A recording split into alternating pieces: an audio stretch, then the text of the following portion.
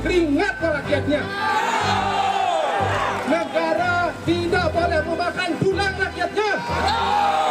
Negara tidak boleh menghisap darah rakyatnya. Tak terima penundaan pengangkatan sebagai aparatur negara, ratusan calon pegawai pemerintah dengan perjanjian atau CP3K berunjuk rasa ke gedung DPRD NTB pada Senin siang. Mereka protes surat edaran Menpan RB Rini Widiantini yang menunda pengangkatan P3K hingga 2026 yang seharusnya dilaksanakan bulan Februari tahun ini. Akibat penundaan itu, para calon abdi negara merasa dipermainkan. Apalagi banyak CP3K yang telah berusia lanjut yang ketika diangkat mereka langsung pensiun. Maka oleh karena itu 1 tahun mundur Pak. Nah itu kami rasa itu kerugian buat kawan-kawan. Kerugian sangat rugi sekali, rugi total. Umurku 56 tahun. Hargai pengabdian, jangan seenaknya. Jadi kalau 2026 Bapak di struktural ya? Sudah selesai pensiun. Aksi demo menolak dan mendesak pemerintah mencabut surat edaran Menpan RB juga berlangsung di kantor Gubernur Kalimantan Barat. Aksi ini direspons Pemprov Kalbar dengan menembuskan surat permohonan ke Komisi 2 DPR dan pemerintah pusat. Jadi Bapak Gubernur sudah memerintahkan Pak Wakil Gubernur dan Kepala BKD untuk berangkat ke Jakarta untuk menyampaikan surat dari Pak Gubernur pengangkatan CPNS dan CP3K ini kembali ke jadwal semula, ya, tidak diundurkan di bulan Oktober. Menanggapi penolakan keras para calon ASN di sejumlah tempat, Menpan RB Rini Widiantini memilih irit bicara saat ditanya soal kepastian nasib pengangkatan CASN dan P3K. Namun ia pastikan telah melaporkan hal ini kepada Presiden. Soal CASN dong Bu, jadinya gimana Bu? Keputusan dari Presiden gimana Bu? Akan dilapor Presiden. Tapi gimana sih Bu? Tadi dengan Presiden tadi ngomongnya sekolah rakyat. Tapi untuk CASN sempat dilaporkan nggak Bu? Ya sudah dilaporkan, nanti akan ada. Ya Mbak, makasih Mbak. Akan ada. Melihat gejolak di sejumlah daerah, Komisi 2 DPR minta agar pengangkatan CASN dan P3K dilakukan secara bertahap karena tidak ada urgensi untuk menunda pengangkatan. Komisi 2 bahkan menyebut jika anggaran untuk pengangkatan CASN 2025 adalah anggaran resmi yang diputuskan tahun 2024. Ya begini, kalau memang yang sekarang di prosesnya telah berjalan itu sudah hampir selesai dan banyak sebenarnya yang sudah hampir selesai baik di pusat maupun di daerah, ya lakukan aja pengangkatan gitu. Kan lebih membuat teman-teman CASN itu tenang dan pasti. Mudah-mudahan Kemenpan RB BKN mau mendengar untuk memberi ruang bagi pengangkatan secara bertahap. Itu harus tetap bekerja dan harus tetap digaji sampai mereka mendapatkan kepastian pengangkatan. Tapi yang sudah keluar dari pekerjaan mereka kan karena nah justru itu untuk mengatasi yang itu tolong bertahap karena hampir selesai kok mereka itu. Pemerintah secara resmi menunda pengangkatan calon pegawai negeri sipil dan pegawai pemerintah dengan perjanjian kerja hasil seleksi tahun 2024. Berdasarkan keputusan terbaru, pengangkatan CPNS 2024 akan dilakukan pada 1 Oktober 2025, sedangkan P3K dijadwalkan mulai bertugas pada 1 Maret 2026. Sebelumnya, sesuai jadwal awal, peserta yang lolos seleksi CPNS 2024 seharusnya menerima nomor identitas pegawai pada Maret tahun ini. Tim Liputan Kompas TV. Beragam respons dilontarkan baik dari pemerintah maupun DPR soal kisruh yang terjadi akibat surat edaran Menpan RB tentang penundaan pengangkatan CPNS dan P3K. Bila Menpan RB sudah membantah penundaan pengangkatan CPNS dan P3K ini bukan karena efisiensi, lalu apa alasannya dan apa dampak sosial ekonominya akibat penundaan ini? Kita bahas persoalan ini dengan anggota Komisi 2 DPR fraksi Gerindra Aziz Subekti dan Direktur Kebijakan Publik Selios Media Wahyudi Askar. Selamat petang semuanya. Selamat petang. Selamat petang. Saya mau ke Mas Media dulu. Mas Media, solusi dari BKN adalah agar dikomunikasikan CPNS yang sudah resign agar bisa kerja lagi di perusahaan lamanya. Menurut Anda ini logis dan realistis nggak? sangat tidak logis, sangat tidak realistis, dan sangat tidak masuk akal. Dan ini disampaikan oleh pejabat publik. Bagaimana mungkin pejabat publik eselon tertinggi menyampaikan solusi yang sebetulnya secara implementasi itu rumit dan sangat tidak mungkin dilaksanakan. Ada 250.000 formasi, bagaimana mungkin Kementerian Tenaga Kerja bisa berkoordinasi dengan 200-an ribu lebih perusahaan atau tempat bekerja sebelumnya yang kemudian sudah mengeluarkan karyawannya atau sudah resign gitu ya. Kemudian yang kedua, saya kira sangat menyakitkan sekali ya untuk menyuruh calon PNS ini untuk kembali ke kantornya yang lama karena mereka sudah resign dan bisa jadi posisi tersebut juga sudah diisi oleh orang lain. Jadi ini sangat tidak mungkin untuk dilakukan. Jadi menurut hemat saya pemerintah sepertinya tidak perlu gimmick, jujur saja ada kekacauan administrasi yang terjadi dan segera carikan solusinya untuk saudara-saudara kita calon PNS ini. Mereka anak muda yang baik, mereka ingin mengabdi untuk negara, mereka bahkan belum tanda tangan kontrak, tapi negara sudah jahat sekali kepada mereka.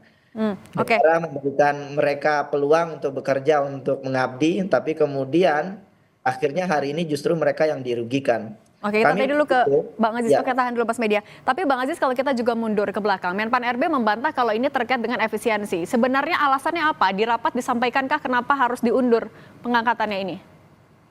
Jadi alasan yang disampaikan oleh Kementerian PAN RB itu adalah alasan TMT, supaya tanggal untuk pengangkatannya itu serentak, seperti kita baru saja menyelesaikan penyesuaian pilkada serentak itu. Kalau di warung kopi obrolan-obrolan itu memang ada yang terkait anggaran dan lain-lain. Tapi itu tidak pernah Kementerian PAN RB itu menyampaikan terkait hal yang berkenaan dengan keuangan negara. Karena penerimaan CPNS ini kan anggaran tahun 2024, jadi sudah dipersiapkan dengan baik gitu. Saya kira itu penjelasan saya. Jadi tidak ada obrolan yang resmi secara ofisial bahwa penundaan ini terkait dengan anggaran. Tapi Bang Aziz, dengan dilakukan serentak di Oktober dan juga di Maret 2026, sudah dipertimbangkankah dampak sosial ekonomi yang mungkin terjadi dengan masa penganggurannya itu? Pertanyaan yang bagus. Kita ini kan saya mau ajak untuk live Kompas TV ini kan supaya teman-teman CPNS dan CP3K yang kemudian unjuk rasa dan lain-lain itu mendapatkan penjelasan yang teduh lah. Jadi saya kira teman-teman harus bersabar. Tentu kita semua bukan hanya CPNS maupun CP3K sedang berupaya, termasuk pemerintah dan DPR ini berupaya supaya teman-teman ini cepat bisa bekerja membantu pemerintah dalam menyukseskan program-programnya. Karena teman-teman ini yang sudah lulus ini ketika ada formasi itu kan sudah ada analisa beban kerja, tentu sudah disesuaikan dengan beban kerja yang dibutuhkan untuk perekrutan CPNS maupun CP3K yang baru. Namun demikian dengan serangkaian dinamika ini tentu kita tidak mau melangkah ke belakang, kita harus ke depan. Jadi kita mencari solusinya, salah satunya yang disampaikan oleh Bang Zulfikar tadi bisa bertahap.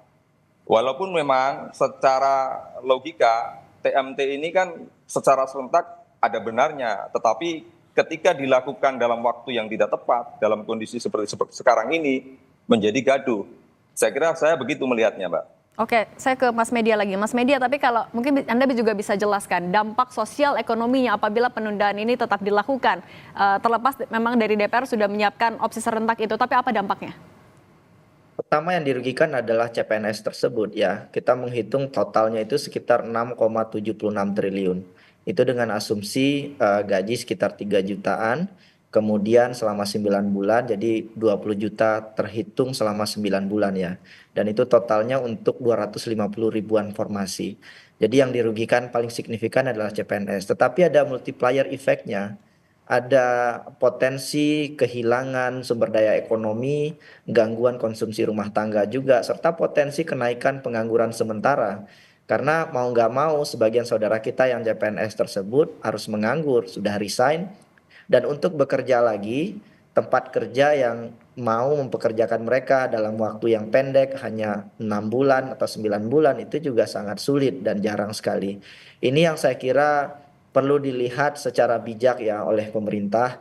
Dan untuk BKN saya kira ada baiknya transparan dan jujur saja kepada masyarakat, karena ini sudah terang benderang sebetulnya. Kalau memang karena efisiensi anggaran, sampaikan saja dan kemudian dicari jalan keluarnya. Karena rasa-rasanya karena faktor TMT cukup sulit ya diterima bahwa alasannya tersebut. Artinya Anda meyakini efisiensi anggaran memang karena keterbatasan anggaran?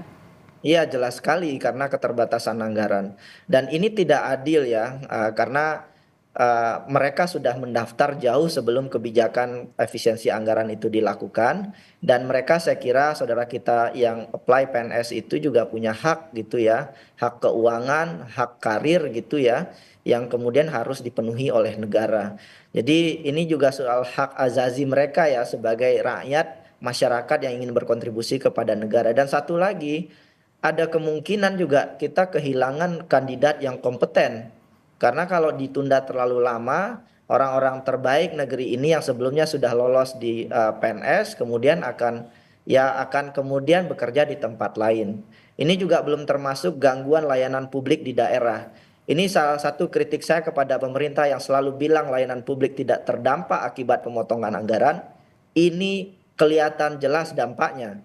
Kaltara, beberapa provinsi yang kekurangan PNS, layanan publiknya pasti terdampak karena penundaan pengangkatan CPNS ini. Jadi segera dicarikan solusinya. Saya kira saya mengharapkan mengirimkan pesan juga kepada DPR untuk terus mendiskusikan ini dengan pemerintah, dan sebaiknya dicari jalan keluarnya kalau bisa tidak berlarut-larut begitu, Mbak. Nah itu soal solusi, Bang Aziz. Anda kan tadi bilang salah satu solusinya adalah dilakukan secara bertahap. Mekanismenya seperti apa dan kapan ini bisa diputuskan? Jadi begini Mbak, saya ini kan kamarnya kan kamar parlemen. Jadi ada salah satu solusi, ada salah satu alternatif yang disampaikan oleh Menpan RB setelah melapor Presiden bahwa Presiden akan menyampaikan impres dalam waktu dekat. Nah saya kira ketika Menpan RB kesulitan untuk melakukan kebijakan keserentakan ini, ya menurut saya impres itu hal yang tepat. Ketika Presiden berkenan untuk menerbitkan impres terkait dengan pengangkatan ini. Nah apa saja yang harus dilakukan di dalam impres itu? Tentu Presiden merespon. Jadi Presiden Prabowo merespon apa-apa yang disampaikan oleh masyarakat termasuk oleh mass media. Pertimbangan-pertimbangan yang dalam, kemudian dampak dari sosial maupun ekonominya di saat seperti yang sekarang.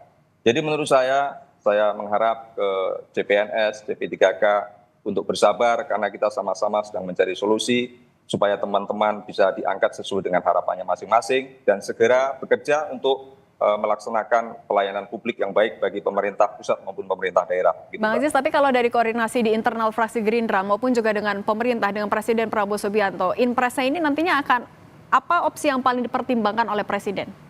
Presiden lebih tahu saya kira Mbak, karena jangankan soal CPNS dan CP3K, ya karyawan pabrik Sirtek yang ditutup saja itu dipikirkan oleh Presiden. Apalagi ini mereka yang sudah diterima untuk mengabdi kepada negara, tentu itu sudah dipikirkan oleh Presiden. Bagaimana mereka supaya segera mengakhiri dinamika ini, begitu Mbak. Oke, Mas Media, tapi sambil menunggu adanya impres dari Presiden Prabowo Subianto tadi, apa upaya yang bisa dilakukan oleh para CPNS, CP3K ini untuk menuntut haknya kepada pemerintah? Ya, cara yang pertama suarakan sekencang-kencangnya lewat media sosial, salurkan lewat aspirasi publik kepada DPR. Saya kira ini sudah jalan yang baik sesuai konstitusi. Cara yang kedua ya adalah bertahan gitu ya. Ini yang saya sedihkan gitu ya. Karena hari ini penciptaan lapangan kerja juga melambat, tidak mudah bagi saudara-saudara kita kemudian untuk bisa mendapatkan pekerjaan sementara. Jadi saya kira domainnya sekarang ada di Presiden. Dengan penuh kerendahan hati saya ingin bilang efisiensi anggaran ini datangnya dari Presiden. Dan ini akhirnya kan dikembalikan kepada Pak Presiden, dan Pak Presiden harus bertanggung jawab juga untuk menyelesaikan masalah ini. Karena saya yakin Kepala BKN ya itu juga pusing luar biasa karena pemotongan anggaran ini. Jadi ini harus diselesaikan segera oleh Presiden.